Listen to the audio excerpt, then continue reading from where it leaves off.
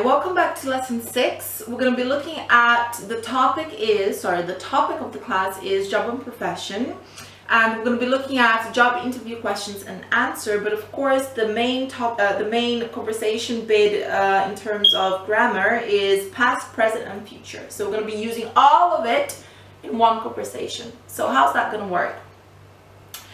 For example, when you go to a job interview, normally, depending, what you're applying for, they want to know a little bit about you. So they'll get your CV, which is in front of them, a piece of paper, black and white. They'll flick over a few things and details, but they really want to know who you are, okay? The impact of that first impression, what you're going to give. And of course, they will ask you questions regarding your past, maybe where you grew up, or where you're from, or what courses did you do at uni or college, high school, little things like that. And then present, in terms of where are you working at the moment, what are you doing at the moment, are you happy at the moment, are you married, do you have kids, that kind of thing, just the person knows who you are. And then the future, normally they will ask, where do you see yourself in 5 years inside this company? Okay, do you see yourself growing inside this company? Everything's about that company. Cool. So you need to know when to use this, and what tenses you're going to use this answers, okay? Not just answers, but in general. So let's have a look. Here I have examples about the past, present, and future. But let's start at the 10 common questions they might ask you. So question 1. I see here, your CV, that you graduated in psychology. What were your expectations for when you left college? So this is a past situation for, you're going to go back to when you were in college, and you're going to think, well, I wanted in 10 years to be working in this and this area field. So you're going to be talking about, well, when I was graduating, I wanted to work in the health sector. I wanted to work with children. I wanted to do this, and that's why today I'm on this, and la la la. Anyway, you're going to use your past. Question 2. Tell me a little bit about yourself. Are you married? Did you have children? Who do you live with? Okay, now this is kind of so personal, but some companies don't want to know, because if you're a recent mother and you have a baby, they need to know that, obviously if you say, oh, I have a newborn, they will know, okay, so we need to provide her with this benefit, that benefit.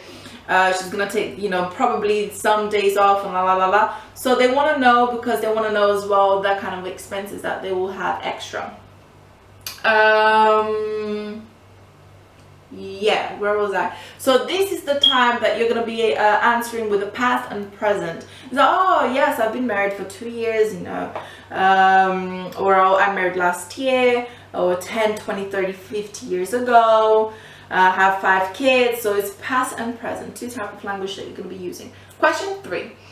What are your biggest weaknesses and strengths? So this is past and present kind of answer as well, because you could refer something to the from the past, which has helped you in the current present, whichever way.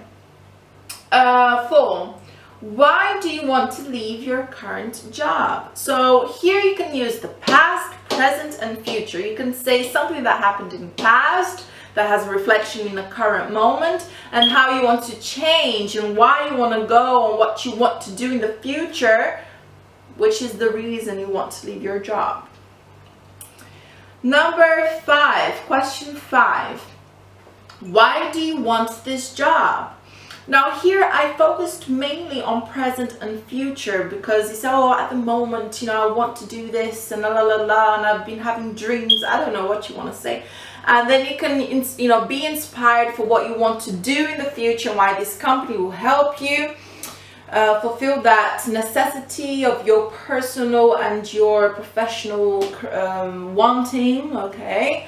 Or you could even use the past, because you could say, oh, it's always been my dream since I was a little child, and blah, blah, blah. I mean, you just get the job.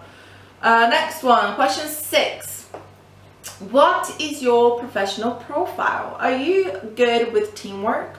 What is your leadership style? Okay, so let's say you're a leader. okay, a natural born leader. They want to know what that is. They want to know what part you play inside a role. Okay, they want to know inside a group. They want to know what is your participation. If you're a backbone, if you're the head, if you're the arm, what are you? Okay, and then I just put the present. So, well, I'm good with this. You know, currently I've been doing this, and you just tell them your experience. And of course, the person who'll be interviewing you, he will know, she will know, just like that. Question 7. How do other people describe you? Now, this is interesting because some people, they're bad about talking about themselves in terms of what they are good or not. But some people, they're just too good. They're so egocentric. It's like I, me, I, me. Okay, so this will tell a lot about you. This will tell you a lot about you and how confident you are, how egocentric you are, how humble and kind you are. You know, so this is an interesting question. Question 8. What do you like to do outside work? What are your hobbies? You know, what are your interests? And then you can say present. Well, currently I like salsa lessons. When depending on your job interview, you won't say that. You know, normally people will say boring things. Well, not boring, but they will say job-like things. Oh, I read books. I'm reading this interesting book about this, and I like to go to this coaching classes on Wednesdays because it will improve my intellectual la. So, you know, people would use this kind of stuff normally depending on how formal the job is.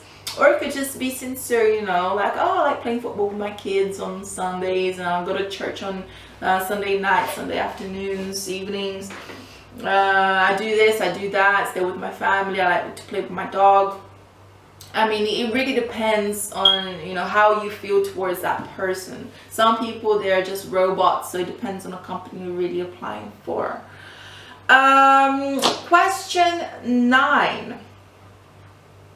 If we decide to hire you, what will you add to our company and team? What are your skills? Okay, now this is more direct. It's not what about other people say about you. It's what you will say about you. Okay, how you're gonna be telling them your present and your future situation. Okay, you're gonna be telling them what you're good at. Now, this is the moment that you're actually gonna be selling yourself. Okay, so you need to be careful with your words because they want to know how, you know, what your battery life is. You know, they want to know how long you can stay in that company for, giving them profits in one way or another. So it's good for you to have this idea. Question 10. Where do you see yourself in 10 years? This is, of course, you're gonna use the future language. Okay, oh, in 10 years I hope to be the director, and then he'll look at you, well, I'm the director and I'm not going anywhere in 10 years. Okay, so be careful with that. Be careful with that. Oh, in 10 years I hope to be earning 50,000 and this and this and this and having a yacht and la, and the person will think, well, if you want to have that in 10 years, honey, you're not in the right place, you know. So be careful with your answers because sometimes the people who are hiring you, they're just not the best people to be there, really. But some of them, they're amazing. So depending on your job, you have to aim high. You need to say what you want and how are you going to get that, how are you going to push that company forward in order for them to provide you the things you want. Okay, so like I said, it really depends who you're applying to, what company you're applying for, and who is interviewing you. So you got to study that person, not let them study you. All right, guys, for the next page, you have another exercise. Well, you have one exercise, which is you're going to work in group and you're going to be creating a company, okay? In school, they don't teach you how to do that because they don't want you to be, you know, entrepreneurs. They want you to be slaves and work from 6 to, you know, from 8 to 5 or something. All right, so here you're going to be creating a company. Think about, number 1, what will you be providing? What services? Health, food, education? What sector? Number 2, who is your public? Is it kids? Is it adults? Is it professional, like a specific technical profession? a specific one. 3, who will benefit from your services? Okay, you could be aiming at them, but really, for example, you're aiming at the parents, but really the kids are going to be benefiting from it. So who is the main benefiter? Next one, what is your logo, mark, and your slogan? What is the budget for the startup company? 6, what is your aim financially and the period of time? So you need to stop putting your aims down. So for example, in 5 years, in 5 months, this and this has to be done, executed. It's not pending anymore. In 6 months, this and this has to be done. It's not pending anymore. So you need to keep setting yourself aims. And when you get to that aim, don't be like, oh, I'm good now. No, you're going to set yourself more aims so you can continue and always improving. Next. 7, what will you be providing? Oh my god, okay, forget that, just delete that, I've repeated it. So think about those things. And then I gave you a little space for you to put your logo, create your logo, and you're going to create 2 kind of slogans as well. So after you think, well, with this logo, these slogans, they will just fit better with it. So in groups, I want you to, you're going to be the board of the group, of the whole thing. You're going to be creating this startup company, and then once you finish, you're going to go in front of the class, everybody, and you're going to do your presentation to your teacher, okay? So this is a fun one. Next lesson, we're going to look at lesson 7 with the perfect tenses. Amazing. So I will see you soon. Bye-bye.